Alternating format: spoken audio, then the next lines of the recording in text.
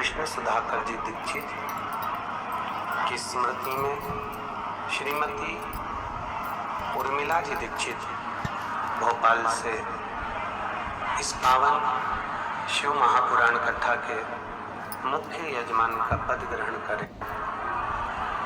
दोनों के प्रतिनिधि के रूप में श्री कैलाश जी अग्रवाल, सरोज जी अग्रवाल राजपुर से इस पावन शिव महापुराण कथा के यजमान पद पाकर अपने जीवन को सार्थक बनाया। भगवान देवाधिदेव महादेव, मैं आज ही श्री मंदिर ऐप इंस्टॉल करूंगी।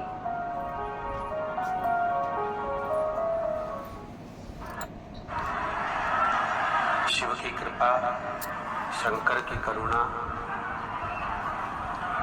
और भगवान देवाधिदेव महादेव की करुणा जो अपन सब शिवगण शिव महापुराण की कथा को अपने घरों में रहकर भगवान देवाधिदेव महादेव की करुणा से श्रवण कर रहे हैं। कथा में आज विराजमान कथा के एक नानी बाई का मायरा और एक श्रीमती सुबोधनी भागवत कराए, द्रौपदी दीदी और आदरणीय जिया जी भावभक्ति से भगवान देवाधिदेव महादेव की करुणा कृपा गोयल परिवार को, दीक्षित परिवार को और अग्रवाल परिवार पर हुई है, जिसके चलते ये पावन शिव महापुराण की कथा सुनने का, श्रवण करने का सौभाग्य मिला। सुबह से लेकर दोपहर के 2 बजे तक आप सभी को प्रतीक्षा रहती है शिव महापुराण की कथा को सुनने की। और यदि आप सुनने के लिए आस्था चैनल के माध्यम से बैठे हो, फेसबुक यूट्यूब के माध्यम से बैठे हो, या जहां बैठकर कथा सुन रहे हो, जहां आपको जगह मिल जाए, जहां आप बैठकर इस पावन कथा को श्रवण कर रहे हो, बस 2-2.5 घंटे की, 3 घंटे की शिव पुराण की कथा है। मौन रहकर, चुप रहकर, सारे कार्यों को त्याग कर शिव के स्मरण में इस चित्त को लगा लो। बाबा देवाधिदेव महादेव ने अगर करुणा करी है आप पर, कृपा करी है, तो ये केवल शिव पुराण की कथा नहीं है, ये हमारी देवाधिदेव महादेव के चरणों में हाजिरी है कि हम भगवान से अपने दिल की बात कथा के माध्यम से, भगवान से अपने हृदय की बात कथा के माध्यम से अपन भगवान से कह सकते हैं। शंभो शरणे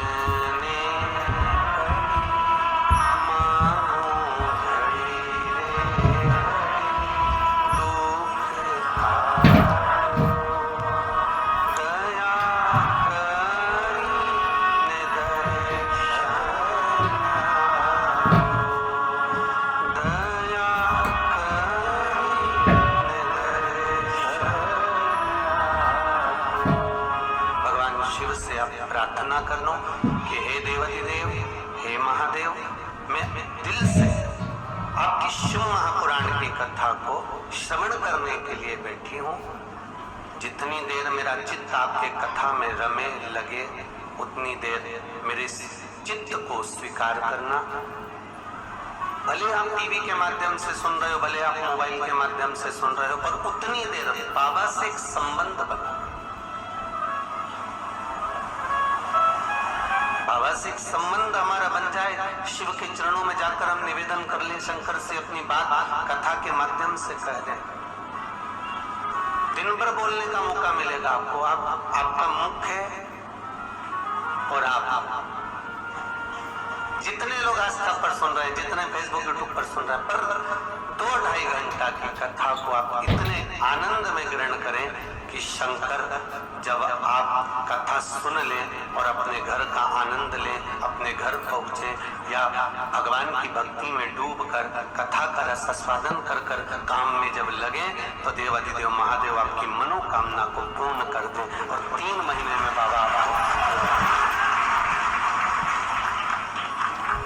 ये जितने पत्र हैं ढेर सारे, इन सब में लिखा है कि भगवान तो 3 महीने, आप कहते हो व्यासपीठ से कि 3 महीने में बाबा कार्य पूर्ण कर देता है, पर कई पत्र ऐसे लिखे हैं आप लोगों ने जिसमें कहा कि हम कभी 10 जनवरी को गए, कोई कहता है हम 18 जनवरी को गए और हमें बाबा वापस बुला लेता है।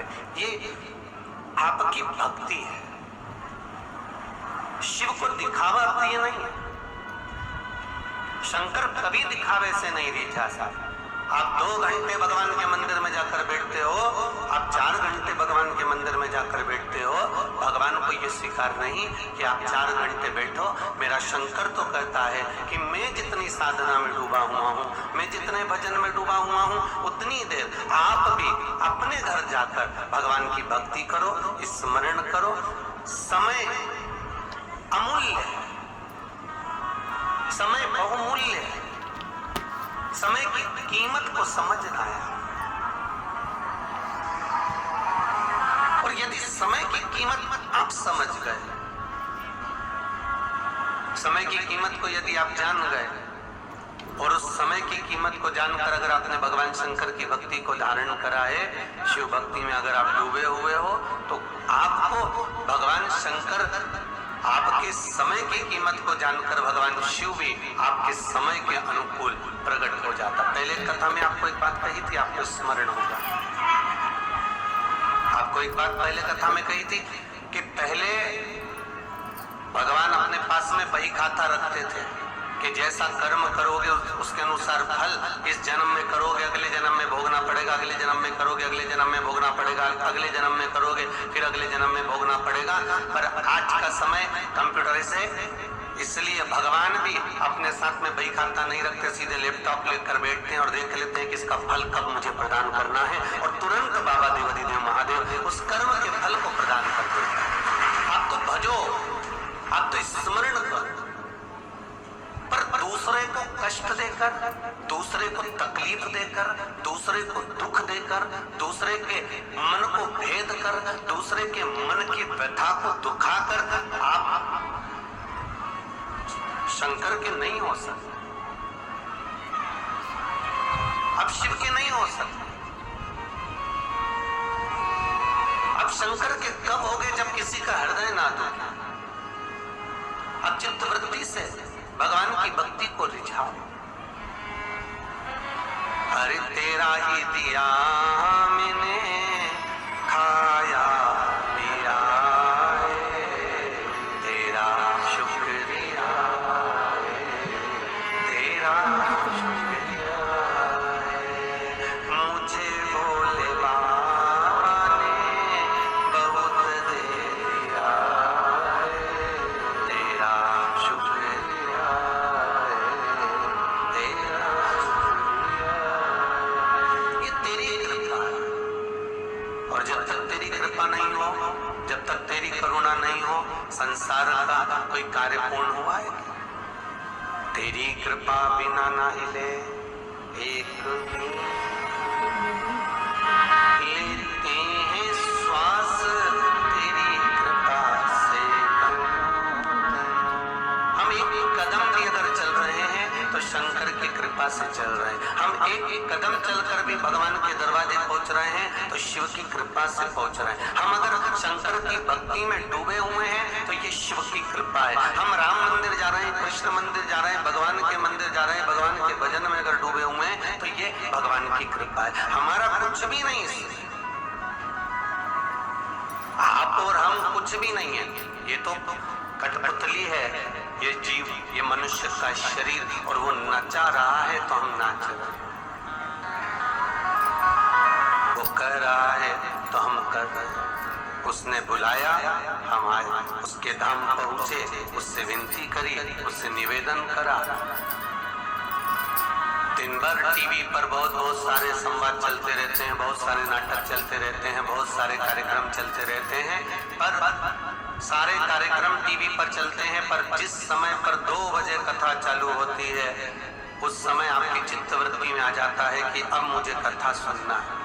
और कई तो टाइम के इतने पक्के रहते हैं, समय के इतने पक्के रहते हैं महाराज कि उनके समय की गणना वो करके रखते हैं कि मूंछ वाला भैया इतनी बजे तक बोलेगा तो टीवी इसके बाद ही चालू करना।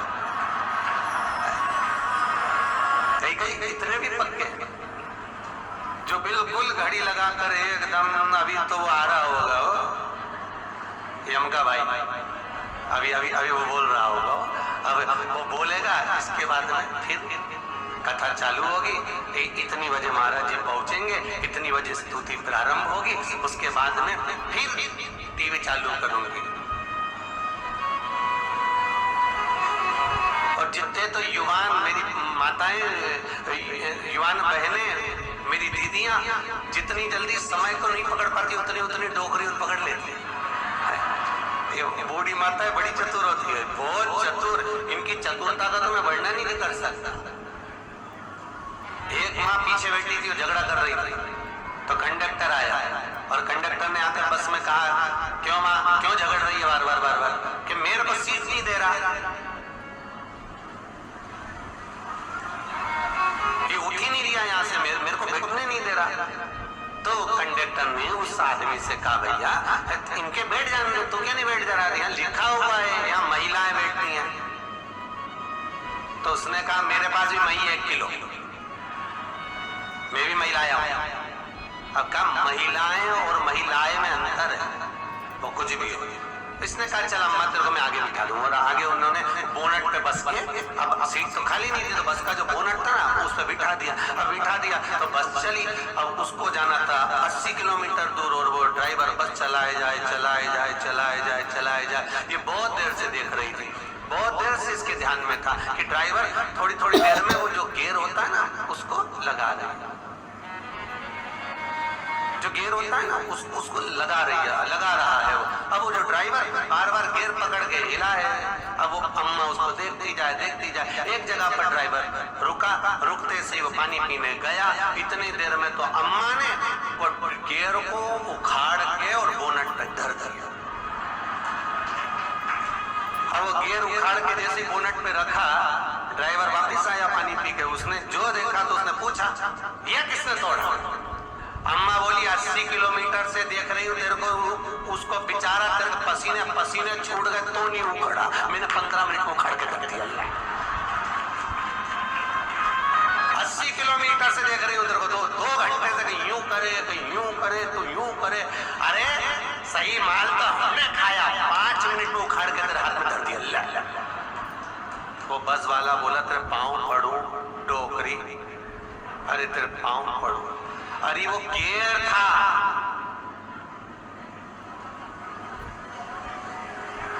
अम्मा ने कहा इसीलिए तो नहीं पड़ रहा था, तू उसको गियर समझ रहा था।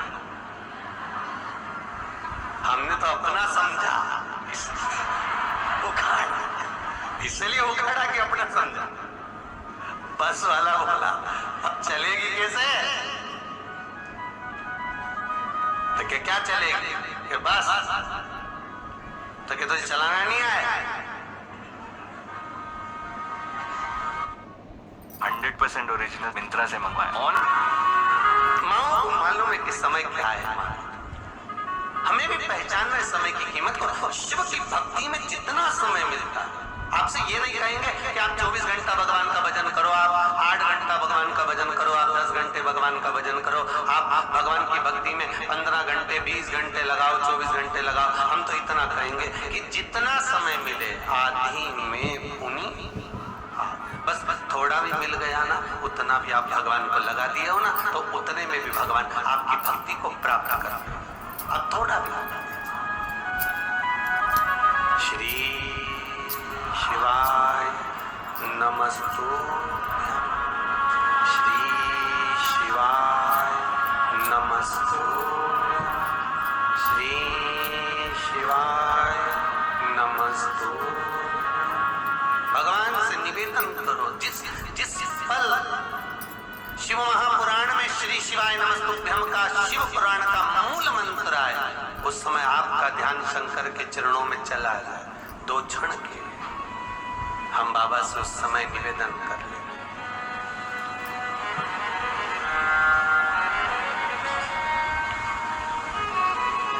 हम उससे कह रहे, फिर कहेंगे शिव महापुराण की कथा डायरेक्ट मेरे शंकर का नंबर है। आपको ना मुनीम से कहना है, ना किसी चौकीदार से कहना है, ना किसी पार्षद से कहना है, ना किसी मंत्री से कहना है। ये तो मेरे देव अधिदेव महादेव का डायरेक्ट नंबर है कि शिव महापुराण की कथा को कहीं पर बैठकर, जहां तुम्हारा मन पड़े वहां बैठकर, बैठने का क्यों कहते हैं? क्योंकि बैठकर कथा का रसास्वादन करने पर इंद्रियां पूर्ण रूप से शिव पर समर्पित हो जाती हैं। जहां मौका मिल जाए, जहां जगह मिल जाए, कोई जरूरी नहीं है कि कहीं आपको शिव महापुराण के सामने जाकर बैठना, नहीं, ये जरूरी नहीं। आप तो जहां बैठे हो और जितने आस्था पर सुन रहे हो, जहां मर्जी पड़े तुमको, तुम्हारे पलंग पर, सोफा पर, कुर्सी पर, जमीन पर, तुम्हारी मर्जी पड़े जहां, और बैठते बन जाए तो ठीक है। अगर शरीर सही हो तो बैठ के सुन लो, नी शरीर हो सही तो लेट के सुन लो, पर सुनो शिव महापुराण की कथा को श्रवण करो।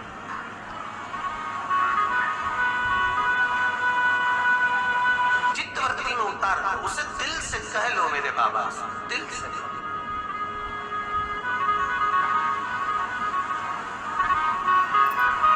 महाराज, एक बार देवाधिदेव महादेव भगवान शंकर के तेज कुंज से श्री कार्तिकेय महाराज ने गंगा जी के जल में अवतरण। गंगा जी के जल में भगवान श्री कार्तिकेय जी महाराज षडानंद कार्तिकेय प्रकट गंगा के जल से, और गंगा के जल से कार्तिकेय षडानंद बाबा कार्तिकेय प्रकट हुए।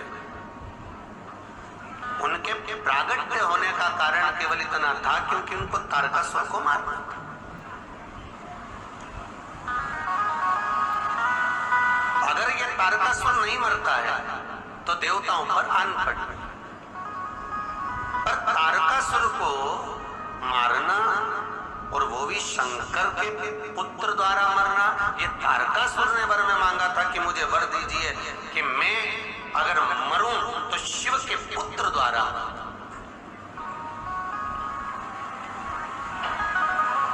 अगर मेरे प्राण छूटे तो इतना वर दे दीजिए कि मैं शंकर के पुत्र के द्वारा, भगवान शिव के पुत्र के द्वारा मेरे प्राण छूट। शिव पुत्र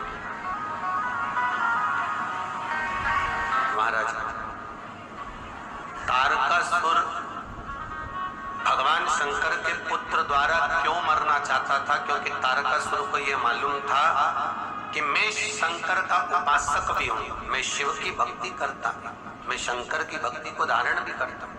थोड़ी आवाज बढ़ा दो बस, बाकी ठीक है। मैं शिव का उपासक हूं, मैं शंकर की भक्ति करता हूं, और अगर मैं शिव की भक्ति करता हूँ, शंकर की आराधना करता हूँ, शिव भक्ति में डूबा रहता हूँ, तो अंतिम समय में मेरे अगर प्राण छूटे तो उस समय पर भी अगर शंकर ना आए तो उनका पुत्र तो आए। अगर मान लो शिव नहीं आए हैं तो उनके पुत्र आए।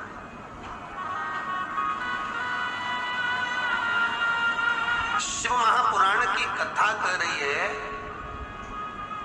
घर की बुजुर्ग माता अगर शिव पुराण की कथा सुन रही है, या दान कर रही है, या पुण्य कर रही है, या सत्कर्म कर रही है, तो केवल घर की बुजुर्ग माता अपने लिए नहीं कर रही है, वो जितने परिवार में, हाँ, शंकर के दरवाजे पर दिया गया दान शिव के स्मरण को किया गया, शंकर का भजन किया गया, शंकर के ऊपर 1 लोटा जल अगर मेरे भोलेनाथ पर चढ़ाया गया है, मेरे शिव को एक बेलपत्र चढ़ाई गई है, शिव नाम को लिया गया है, श्री शिवाय नमस्तुभ्यम कहा गया है, पंचाक्षर मंत्र नमः शिवाय ओम कहा गया है, ओम नमः शिवाय कहा गया है। तो जो आप शंकर के दान कर रहे हो, पुण्य कर रहे हो, भजन कर रहे हो, स्मरण कर रहे हो, कीर्तन कर रहे हो, तो कोई ये ना सोचे कि मेरे घर की माता जी कथा सुनती हैं तो उनको पुण्य मिलेगा। नहीं नहीं, शिव महापुराण की कथा कहती है अगर घर की एक माँ भी शंकर की आराधना करती है तो 71 पीढ़ी को तार देती है महाराज।